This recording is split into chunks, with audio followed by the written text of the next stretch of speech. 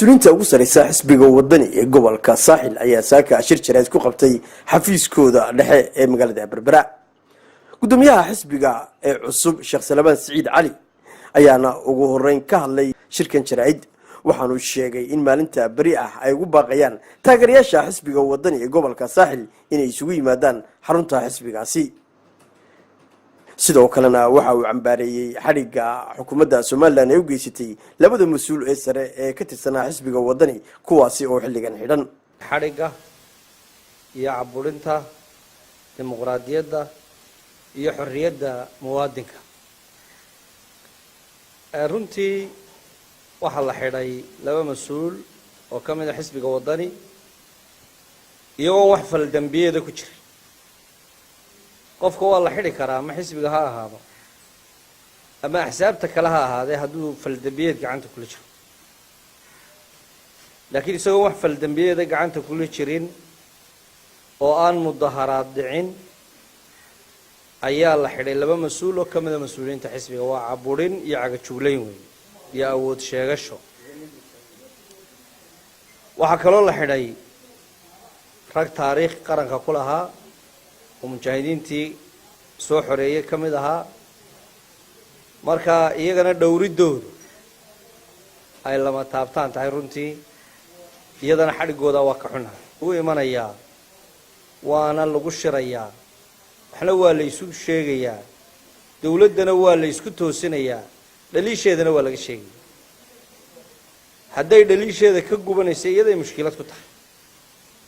markaas runtii sidaa gudoomiyaha xisbigu ku ballan qaaday dhammaan xarumaha gobolada dalka oo dhan xafiisyada waa la isugu iman doonaa khudbadaanu isugu jeedin doonaa waanu ka hadli doonaa berrito haddii ilaahay ka dhigo subxaanahu wa tacaala haddaba shirkaasi jaraa'id oo ay ka hadleen gudoomiye ku-xigeenka iyo weliba xubno sare oo ka tirsan xisbigaasi kumuu baaqin markiiba xukuumaddu iyadaa mudaharaadka boobsiisay oo carabka marisay 10 مسؤول باك جوابه تمام كي مسؤول بمظاهرات ما يشاقه يجي بعد مدة دتك كعنيان يجي بحرقن يعبرون ترينا بالشدة ويسي كعنيان وانا عمبارين نوع حلنا هاي ومدة عكتها الله دقو إنه سيدا يو مسؤولين تحسبك إن دمية حسبك عبد الرحمن محمد عبد الله عرفه شالي مركو كوباقي إنه تاجرياش السجين مادان حفيزك لقى مسجين بلوح هو يعني حدود دون عبد الرحمن دتك هناك بوشة جاي وعدي برسوا ولا جهر دعوة ولا جد جديد أي وأنا كسر شدنا وأنا كنت هجرسنا وح الله لو وحي وحسب جيو قداميس بسوي شديو ما لحظة الله الحرايو تذكر الله يرايو اللي قصة ما هنا يتعدي قالوا وأنا كسر شدنا حكومة إياه أيام مدة كنت عديسة شعب الله يريسه حسبي قام حدا ضايع كسر شدنا waxaanu taageeraynaa oo aanu annaga laftaydu aanu diyaar u nahay waxa la yaala wixii ka soo baxaa xisbiga ee aanu kala simanahay gobolada haday tahay mudaharaad salmiya haday tahay cambaarayn intaba inaanu sameeyno waxaanu sheegayaa xukuumadda kulmiye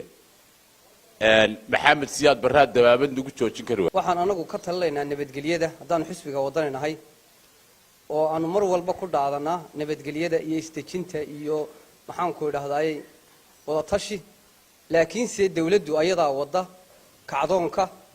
iyo maxaan ku idhaahday mudaharaada ayadaa wada kuwa mudaharaadaya waxa weeyaan xisbiga kulmiye ma aha wadani waxaan leenahay reer wadani ma aha kuwa